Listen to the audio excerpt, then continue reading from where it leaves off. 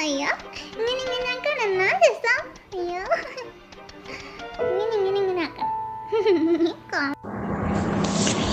ഈശോ നിൻ മാധുര്യമേറും ഹൃദയത്തിൽ അഭയം തരൂ, നിൻ ദിവ്യ സ്നേഹാഗ്നിയിൽ നിറയാൻ വരം നൽകിടൂ, നിറയാൻ വരം നൽകിടൂ. ഈശോ മിശിഹായ്ക്കും സ്തുതിയായിരിക്കട്ടെ. ഈ ജൂൺ മാസം ഈശോയുടെ തിരുഹൃദയത്തിലെ സ്നേഹവും കരുണയും നമ്മളിലേക്ക് യേശു ആഗ്രഹിക്കുന്ന രീതിയിൽ നമ്മുടെ ഹൃദയത്തിലേക്ക് പകർന്നു തന്ന ഈ ജൂൺ മാസം നമ്മളെ പൂർണ്ണമായും ഈശോയ്ക്ക് സമർപ്പിച്ചുകൊണ്ട് ഈ ജൂൺ മാസത്തിൻ്റെ അവസാനത്തെ ദിവസങ്ങളിലേക്ക് നമ്മൾ വരുമ്പോൾ ഈ ഒരു മാസം ഈശോ നമുക്ക് തന്ന എല്ലാ അനുഗ്രഹങ്ങൾക്കും നമുക്ക് നന്ദി പറയാം. ഈശോ ജീവിക്കുന്ന ദൈവമാണ്. ആ ഈശോയുടെ സ്നേഹവും കരുണയും നമ്മളിലേക്ക് വർഷിച്ചുകൊണ്ട് ഈശോയെ പോലെ സ്നേഹത്തിലും കരുണയിലും ജീവിക്കാനുള്ള കൃപ നമ്മൾക്ക് നൽകണമെന്ന് ഈശോയുടെ തിരുഹൃദയത്തോട് നമുക്ക് പ്രാർത്ഥിക്കാം. ഈശോയുടെ തിരുഹൃദയം നമ്മൾക്ക് വേണ്ടി, നമ്മുടെ സ്നേഹത്തിന് വേണ്ടി ദാഹിക്കുകയാണ്. നമുക്ക് ഈശോയുടെ തിരുഹൃദയത്തെ സ്നേഹിക്കാം. ആ സ്നേഹത്തണലിൽ നമുക്ക് ജീവിക്കാം. നമുക്ക് ഈശോയ്ക്ക് നന്ദി പറയാം. ഈശോദാനമായി തന്ന ജീവിതവും ഈശോയ്ക്ക് സമർപ്പിക്കാം. ഈ ജൂൺ മാസം അനുഗ്രഹത്തിൻ്റെ മാസമാണ്. ഞാനൊരു സാക്ഷ്യം പറയാം.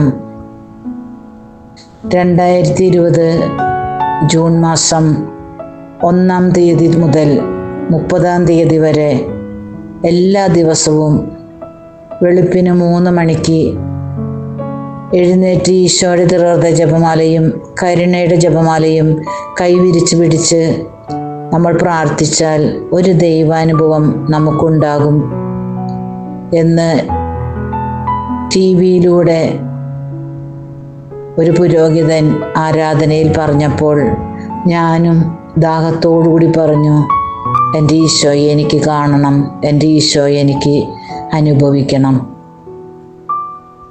ഞാനത് പറഞ്ഞത് എൻ്റെ ഈശോ കേട്ടു. കൊറോണയുടെ സമയമാണ്.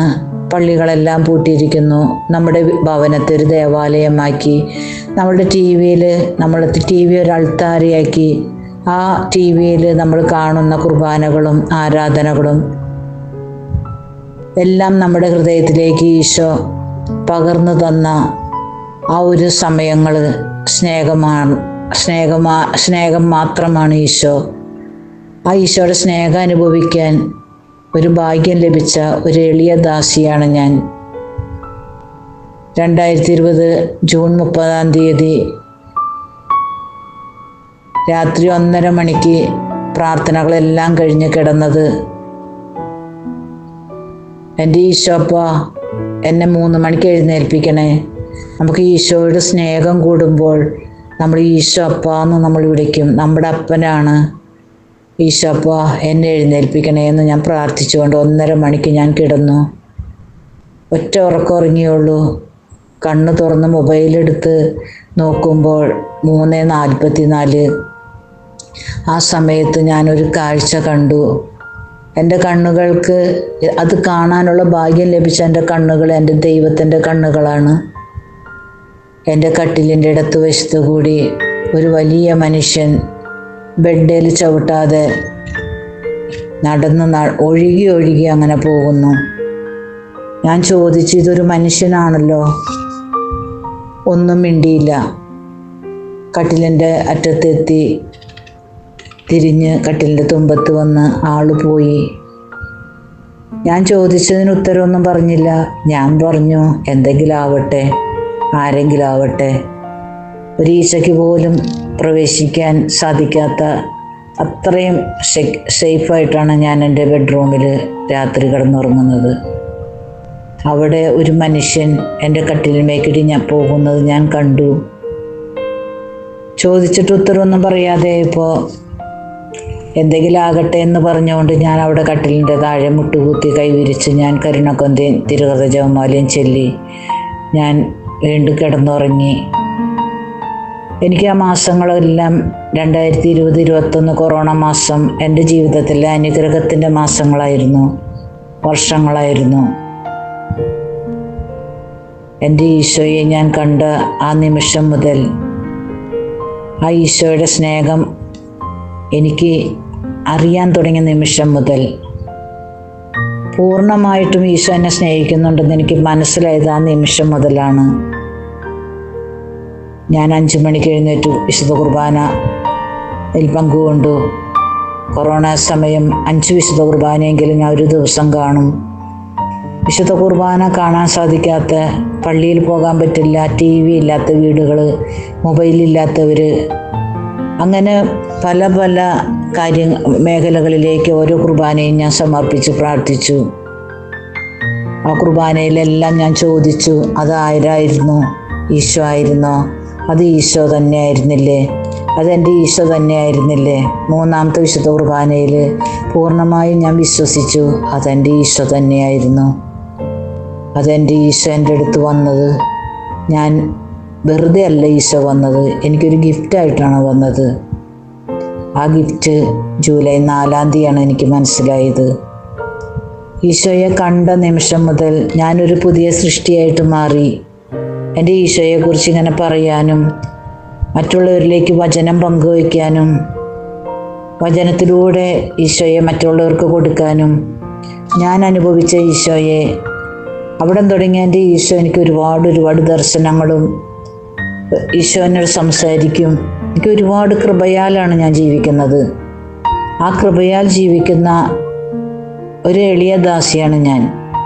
എൻ്റെ ഈശോയെ മറ്റുള്ളവരിലേക്ക് കൊടുക്കുക, മധ്യസ്ഥ പ്രാർത്ഥനകൾ ചൊല്ലുക, ലോകം മുഴുവൻ വേണ്ടി പ്രാർത്ഥിക്കുക, ഇതെല്ലാമാണ് എൻ്റെ ഈശോ എന്നിൽ നിന്ന് ആഗ്രഹിക്കുന്നത്. അതിനുശേഷം 2020 ജൂൺ 30-ന് ശേഷം ഇന്ന് വരെ എനിക്ക് തിരിഞ്ഞു നോക്കേണ്ടി വന്നിട്ടില്ല. എൻ്റെ ഈശോയുടെ സ്നേഹം കൂടുതൽ എനിക്കിങ്ങനെ പകർന്നു തന്നുകൊണ്ടിരിക്കുകയാണ്. ഈശോ എനിക്കൊരു ഗിഫ്റ്റ് തന്നു. അതിനുശേഷം ഈശോ എനിക്ക് തിരുക്കുടുംബത്തെ തന്നു. ഈശോ എനിക്ക് പരിശുദ്ധ ത്രിത്വത്തെ തന്നു, പരിശുദ്ധാത്മാവിനെ തന്നു. എനിക്കില്ലാത്ത കഴിവുകളെല്ലാം എൻ്റെ ഈശോ എനിക്ക് തരുന്നുണ്ട്. എനിക്ക് പാട്ട് എഴുതാനുള്ള കൃപ തന്നു. ഇതെല്ലാം ഈശോയെ കണ്ടതിന് ശേഷം എനിക്ക് ലഭിച്ച അനുഗ്രഹങ്ങളാണ്. ഈശോ പ്രാർത്ഥിക്കേണ്ട കാര്യങ്ങൾ എന്താണെന്ന് എനിക്ക് സ്വപ്നത്തിൽ എനിക്ക് കാണിച്ചു തരും, ദർശനത്തിലൂടെ എനിക്ക് കാണിച്ചു തരാറുണ്ട്.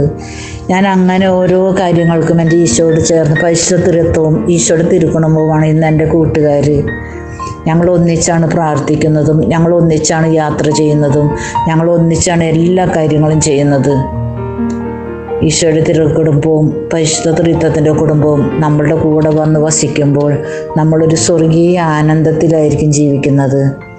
നിങ്ങൾക്കെല്ലാവർക്കും ഞാൻ ഈ പറഞ്ഞ കാര്യങ്ങളിൽ പൂർണ്ണമായി വിശ്വസിച്ചുകൊണ്ട് ഈശോയുടെ തിരുഹൃദയം നമ്മളോട് സംസാരിക്കും.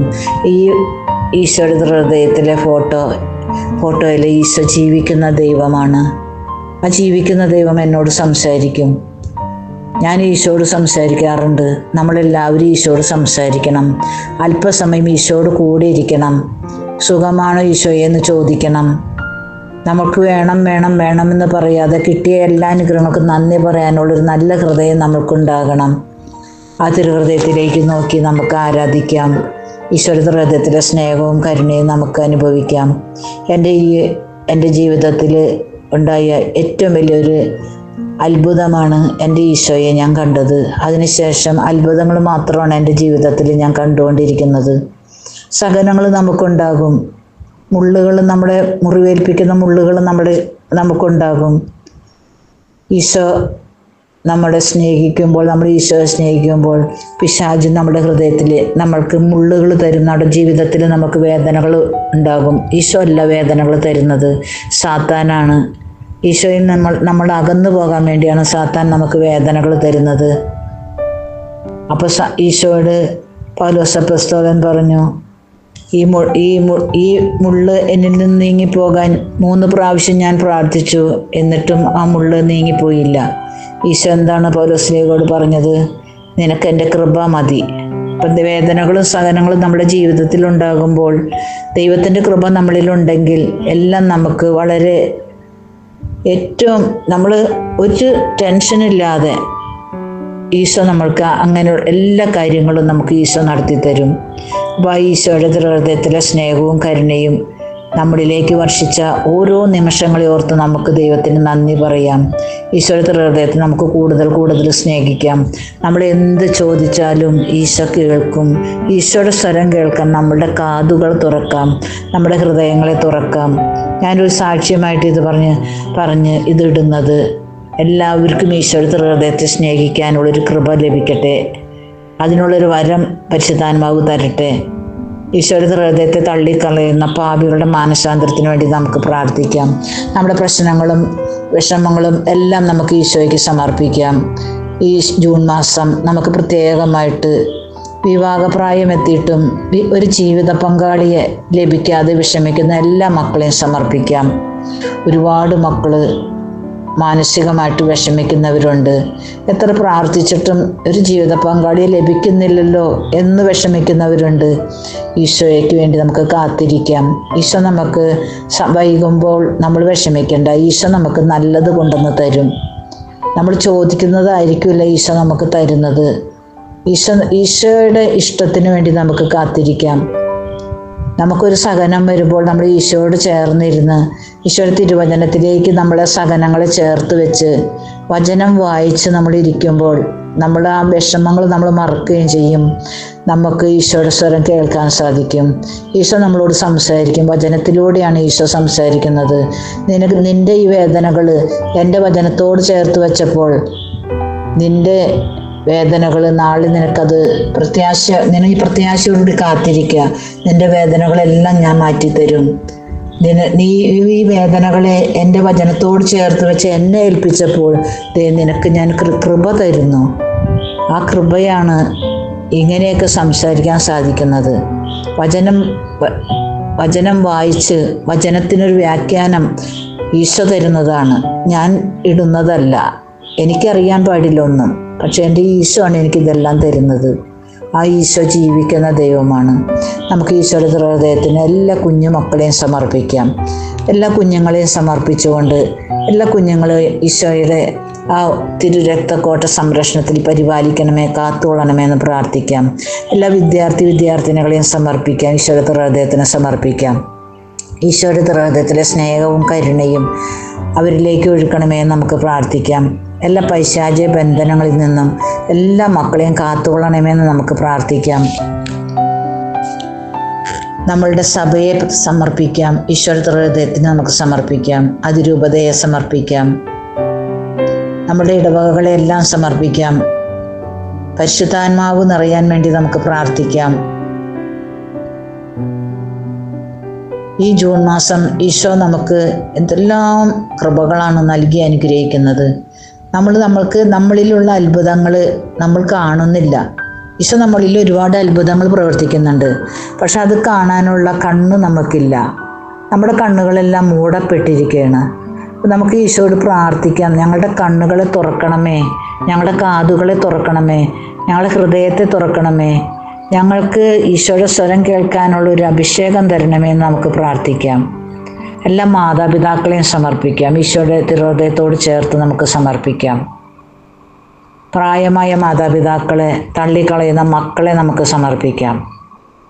മക്കളിൽ പൈശാചികത കുടികേറിയിട്ടാണ് അവരിലെ അശുദ്ധി വരുന്നത്. മാതാപിതാക്കളെ എത്ര കഷ്ടപ്പെട്ടിട്ടാണ് മക്കളെ വളർത്തുന്നത്. മക്കളെ വളർത്തി വലുതാക്കി കഴിയുമ്പോൾ മാതാപിതാക്കൾക്ക് ഒരു വിലയില്ലാതെ അവരെ കൊണ്ടുപോയി അനാഥശാലയിലും ഏതെങ്കിലും ദേവാലയത്തിൻ്റെ മുമ്പിലും വഴിയോരത്തൊക്കെ ഉപേക്ഷിച്ചു പോകുന്ന മക്കളോട് കരുണ തോന്നണമേ ദൈവമേ എന്ന് നമുക്ക് പ്രാർത്ഥിക്കാം. നല്ലത് ചിന്തിക്കാനും നല്ലത് പ്രവർത്തിക്കാനും നേർവഴിക്ക് നടക്കാനും നല്ലത് കാണാനും നല്ലത് കേൾക്കാനും എല്ലാം നമ്മുടെ ഹൃദയത്തിലെ നമ്മുടെ ശരീരത്തിലെ ഓരോ അവയവങ്ങളെയും ശക്തിപ്പെടുത്തണമേ എന്ന് നമുക്ക് പ്രാർത്ഥിക്കാം. പരിശുദ്ധാത്മാവ് നമ്മളിൽ വന്ന് നിറയുമ്പോഴാണ് നമുക്ക് ആ ശക്തിയും ബലവും എല്ലാം ലഭിക്കുന്നത്. ആത്മാവിൻ്റെ അഭിഷേകം നമ്മളിലേക്ക് വരാൻ വേണ്ടി നമുക്ക് പ്രാർത്ഥിക്കാം. ദൈവത്തെ നമുക്ക് ആരാധിക്കാം. യേശുവേ, അങ്ങേ ഞങ്ങൾ ആരാധിക്കുന്നു, സ്തുതിക്കുന്നു, മഹത്വപ്പെടുത്തുന്നു.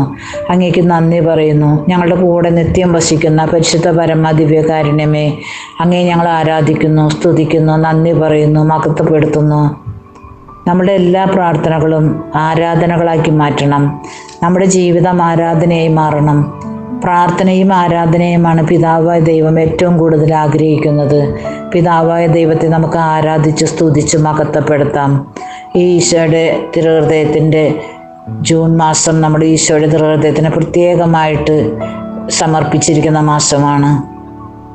ആ മാസത്തിൽ ദൈവം നമ്മളെ അനുഗ്രഹിക്കട്ടെ. ഈ ജൂൺ മാസം എല്ലാ കൃപകളിലും ഒഴുക്കുന്ന മാസമായിട്ട് മാറട്ടെ. എല്ലാ മക്കളിലേക്കും ആത്മാവിൻ്റെ അഭിഷേകം ഒഴുകട്ടെ.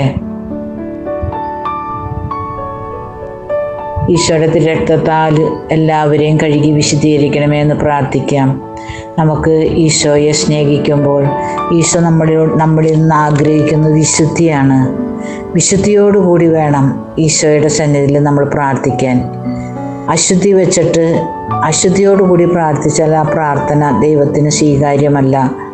നമ്മുടെ ഹൃദയങ്ങളെ പരിശുദ്ധമായ ഹൃദയങ്ങളാക്കി മാറ്റാം. വഴക്കും പിണക്കും എല്ലാം മാറ്റി സ്നേഹത്തിൻ്റെ കൃപയിലേക്ക് നമുക്ക് വരാം. നമ്മുടെ ശരീരം ഒരു ദേവാലയമാണ്. ആ ശരീരത്തിൽ ഒരു അൾത്താരയുണ്ട്, അത് നമ്മുടെ ആത്മാവാണ്.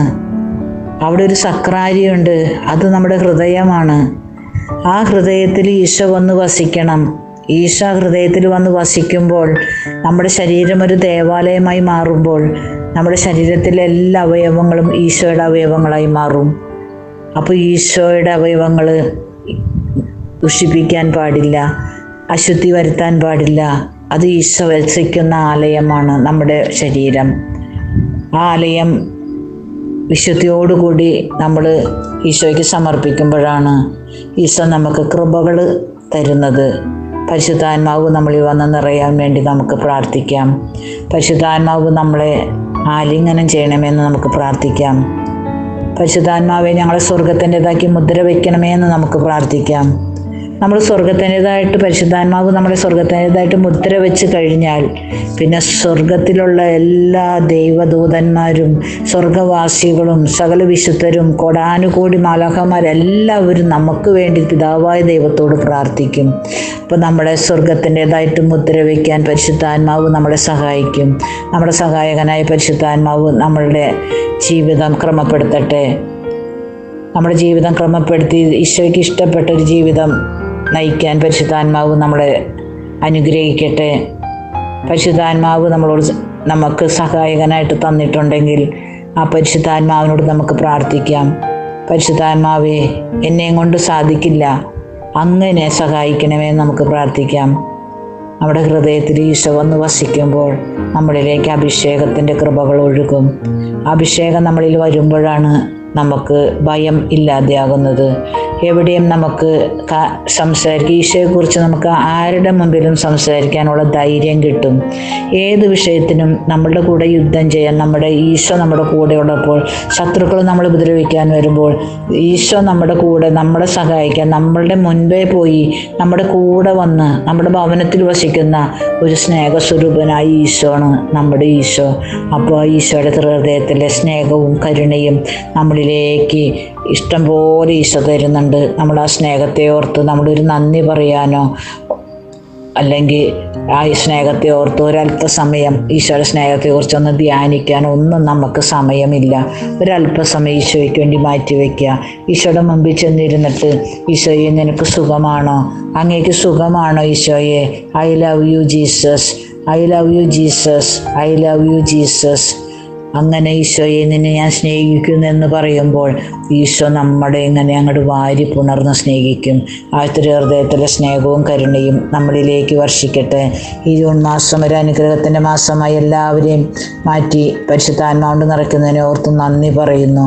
എല്ലാ കൃപകളെ ഓർത്ത് നന്ദി പറഞ്ഞുകൊണ്ട് നമ്മളിൽ നിന്ന് വന്നുപോയ എല്ലാ തെറ്റുകൾക്കും ഈ ലോകം നമ്മൾക്ക് വേണ്ടിയും ഇത് കേൾക്കുന്ന എല്ലാവർക്കും വേണ്ടിയും ഈ ലോകം മുഴുവനും വേണ്ടി മാപ്പ് ചോദിച്ചുകൊണ്ട് കർത്താവിൻ്റെ കരുണയ്ക്ക് വേണ്ടി നമുക്ക് പ്രാർത്ഥിക്കാം.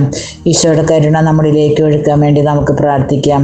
നമ്മൾ വേദനിപ്പിക്കുന്നവർക്ക് വേണ്ടി നമുക്ക് പ്രാർത്ഥിക്കാം. അവരോട് ക്ഷമിച്ച് നമ്മൾ പ്രാർത്ഥിക്കുമ്പോൾ ദൈവമേ അങ്ങ് ഞങ്ങളോട് ക്ഷമിക്കുന്നത് പോലെ ഞങ്ങളും ക്ഷമിക്കുന്നു എന്ന് പറയാൻ നമ്മളുടെ ശത്രുവിന് വേണ്ടി നമ്മൾ പ്രാർത്ഥിക്കുമ്പോൾ ഈശോ നമ്മളെയാണ് അനുഗ്രഹിക്കുന്നത്. ശത്രുവിനെ അനുഗ്രഹിക്കും, നമ്മളെ അനുഗ്രഹിക്കും. നമ്മുടെ എതിരാളി ഒരു മോശപ്പെട്ട രീതിയിൽ നമ്മളോട് സംസാരിച്ചാൽ നമ്മൾ അവരോട് അതുപോലെ സംസാരിക്കരുത്. നമ്മൾ അവർക്ക് വേണ്ടി ഈശോയോട് പ്രാർത്ഥിച്ച് അവരുടെ മാനസാന്തരത്തിന് വേണ്ടി പ്രാർത്ഥിക്കണം. ഈശോ പറഞ്ഞിരിക്കുന്നത് എന്താണ്? ഒരു പാപിയുടെ മരണത്തേക്കാൾ അവൻ്റെ മാനസാന്തരമാണ് ഈശോ ആഗ്രഹിക്കുന്നത്. അപ്പോൾ നമുക്ക് എല്ലാവരെയും മാനസാന്തരത്തിൻ്റെ കൃപയിലേക്ക് നമ്മളുടെ എല്ലാ മക്കളും മാനസാന്തരത്തിലേക്ക് വരാനും ഈശോയെ സ്നേഹിക്കാനും ഈശോയിൽ വിശ്വസിക്കാനും, ഈശോ ജീവിക്കുന്ന ദൈവമാണ് നമ്മൾ വിശ്വസിക്കും. വിശ്വാസത്തോടു കൂടി വേണം നമ്മളെല്ലാം ചെയ്യാൻ. വിശ്വാസമില്ലാതെ എന്ത് ചെയ്താലും അതൊരിക്കലും ശരിയാവില്ല. നമ്മൾ വിശ്വാസത്തോടു കൂടി പ്രാർത്ഥിച്ചാൽ മാത്രമേ നമുക്ക് രക്ഷ കിട്ടുള്ളൂ, നമുക്ക് ഈശോയിൽ നിന്ന് മറുപടി കിട്ടുള്ളൂ. നമ്മൾ ഈശോയെ പരീക്ഷിക്കരുത്. ദൈവത്തിൻ്റെ പുത്രനായ ഈശോ നമുക്ക് വേണ്ടിയാണ് ഈ പാടുപീടുകളൊക്കെ സഹിച്ച് നമ്മളെ രക്ഷിക്കാനാണ് ഈ ലോകത്തിലേക്ക് വന്നത്.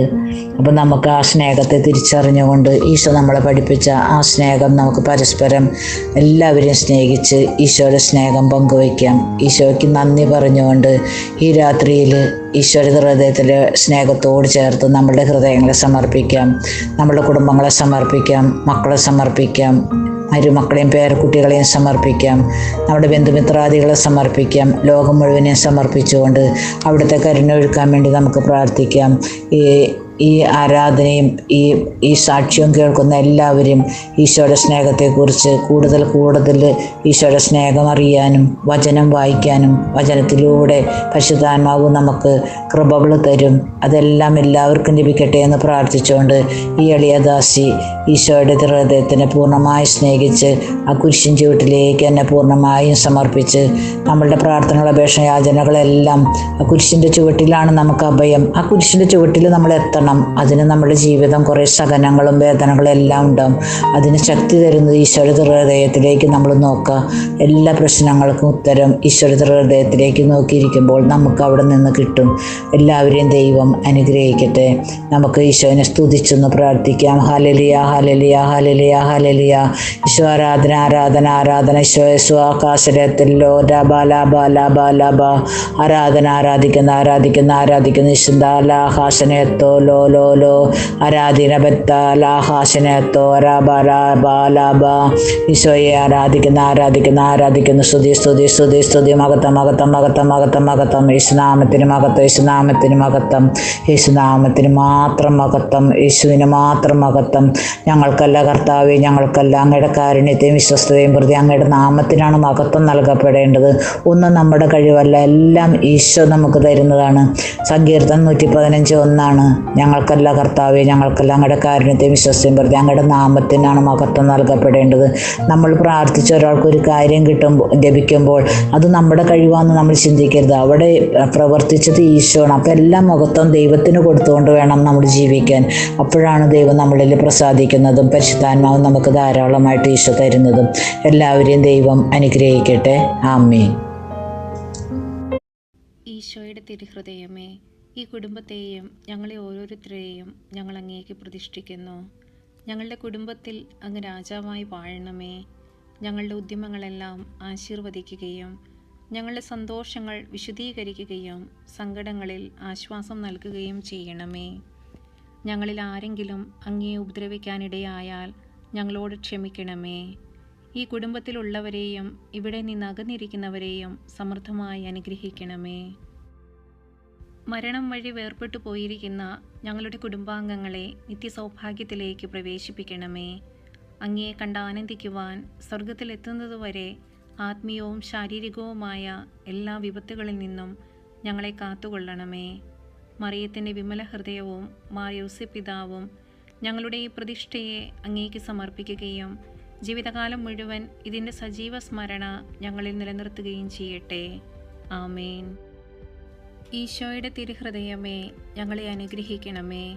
മറിയത്തിൻ്റെ വിമല ഹൃദയമേ, ഞങ്ങൾക്ക് വേണ്ടി പ്രാർത്ഥിക്കണമേ. വിശുദ്ധ യോസേപ്പ് പിതാവേ, ഞങ്ങൾക്ക് വേണ്ടി പ്രാർത്ഥിക്കണമേ. വിശുദ്ധ മർഗരീത്ത മറിയമേ, ഞങ്ങൾക്ക് വേണ്ടി പ്രാർത്ഥിക്കണമേ.